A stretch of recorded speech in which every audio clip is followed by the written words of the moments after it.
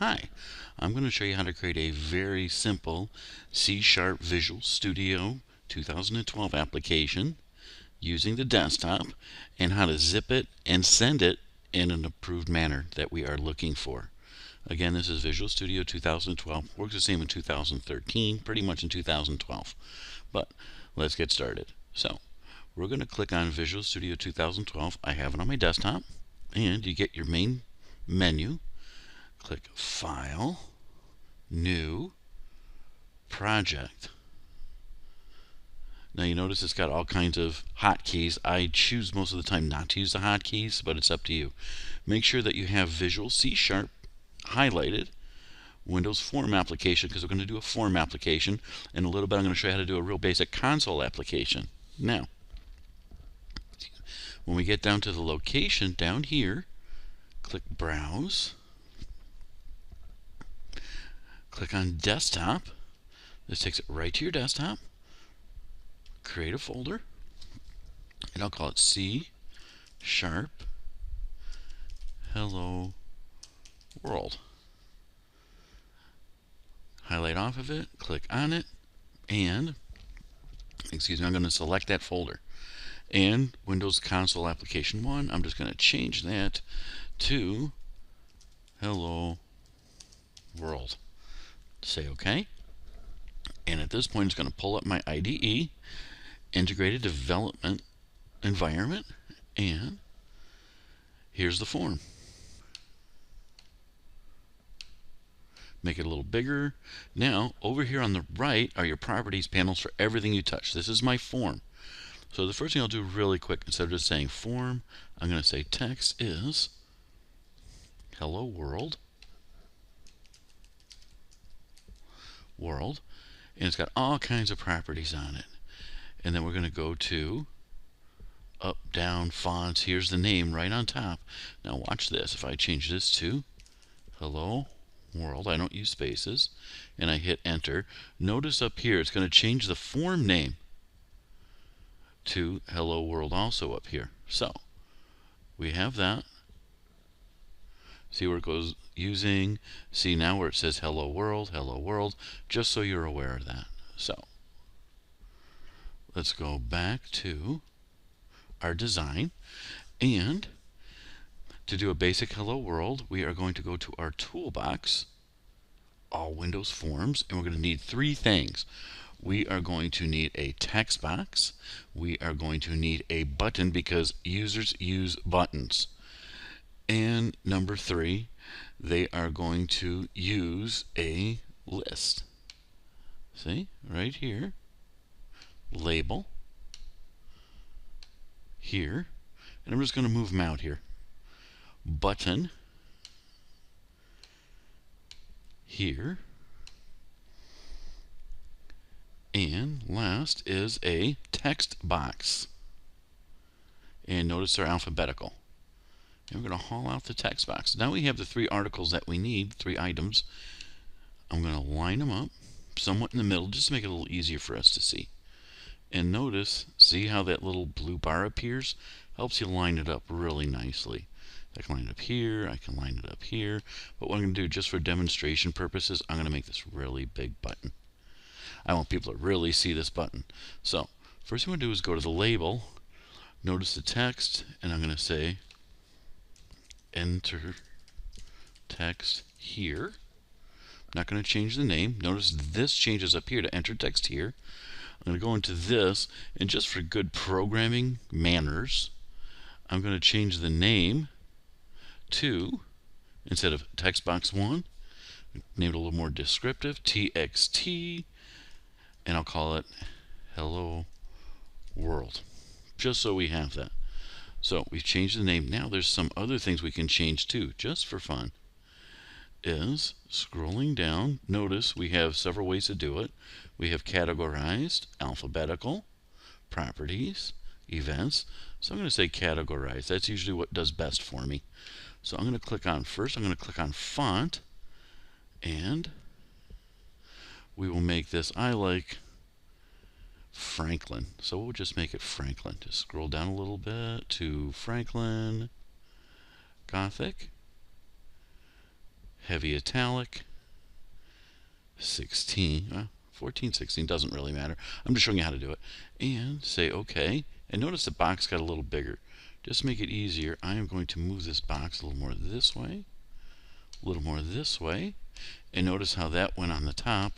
We're going to move that down a little bit so it looks a little more standardized. Now we're going to go back to the button, make that as big as the button needs to go.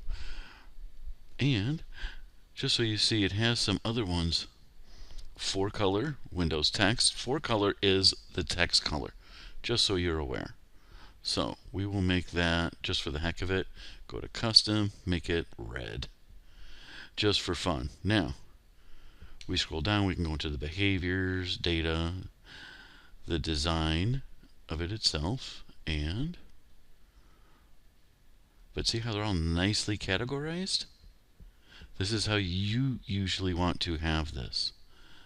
So now when we go into the last little piece, we're going to go into appearance, back color. Notice it's white right now, white to white.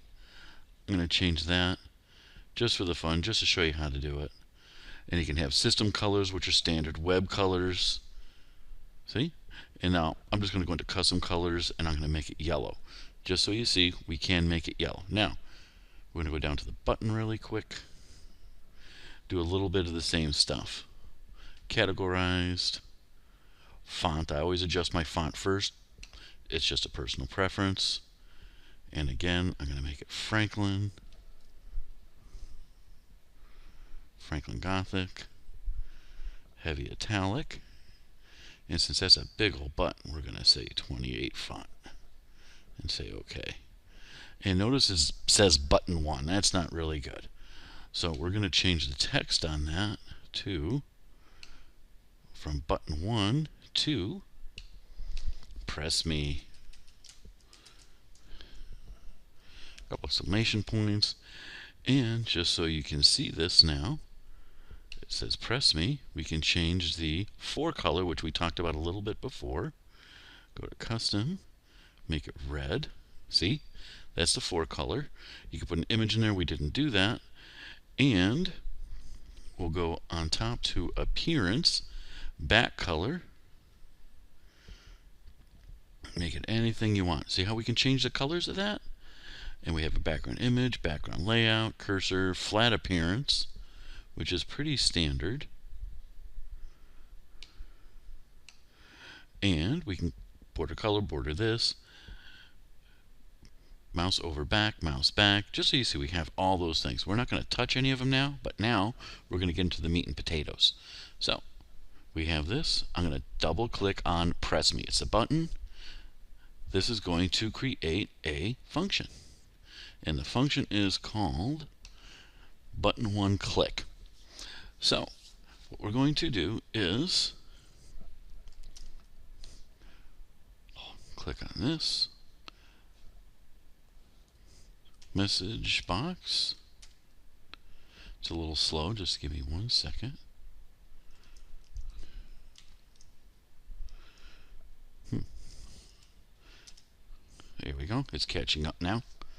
Message box, and it will happen. These things will happen to you, so don't get excited. Message box show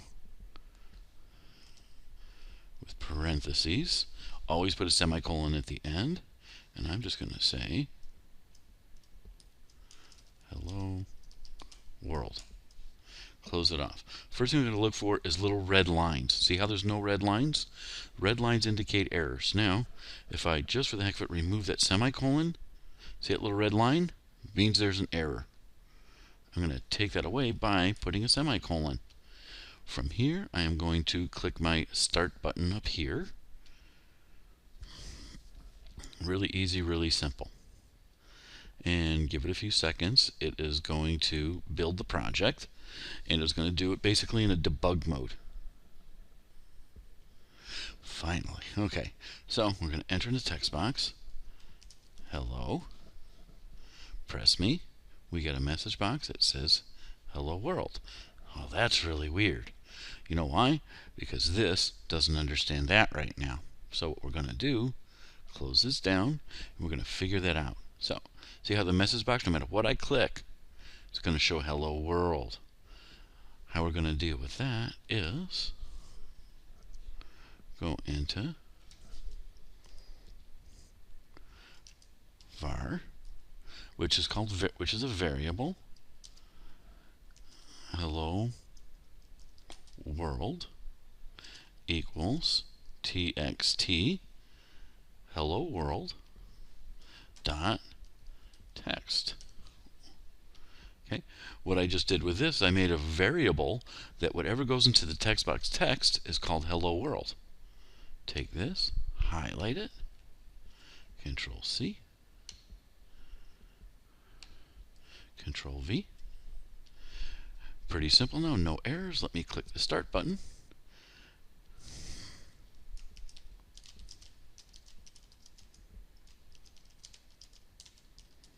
I am now.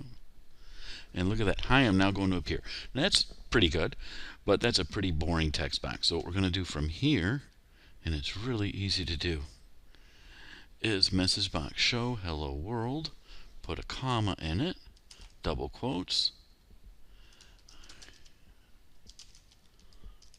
hello world, sorry, box. And in case that, now start it again. Hello, bunch of exclamation points, and look at the top. Hello, I'm a hello world box. Works great now. One more quick thing. This is called error checking. Is right now it only does what you tell it, and if we make a mistake, it's not going to tell us. We just want to make sure that there's always text in there. So this is what I'll typically do, just for the heck of it. This is called a conditional statement. I'm going to scroll down a little bit, and I'm going to set up the syntax. And all syntax means is this is how something works. It's got to be in this precise order for things to work. So I'm going to say if, open close, parenthesis, close curly braces, then else, and a couple more curly braces. That's all there is to it. And it's going to give me my issues here because it's not understanding. So if txt hello world text equals blank, then we are going to put a show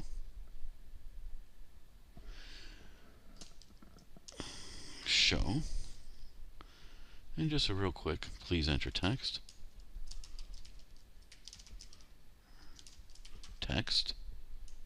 close it, seal it off with a semicolon. Then we go into our else.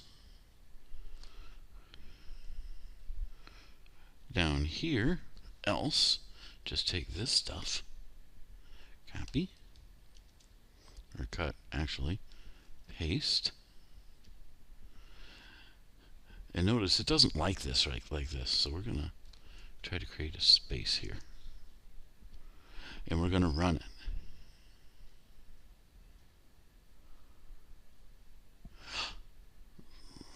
And run it. There's build error, so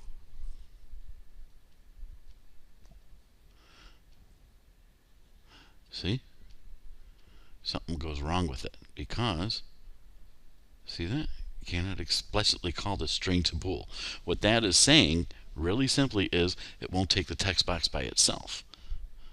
We have to do something. So what we'll do is move this up here, Control C,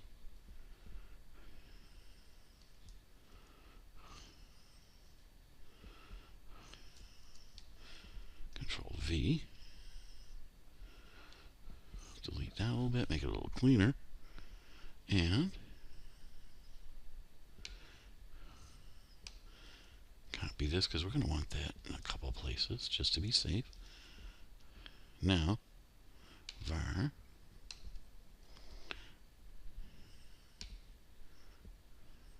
hello world.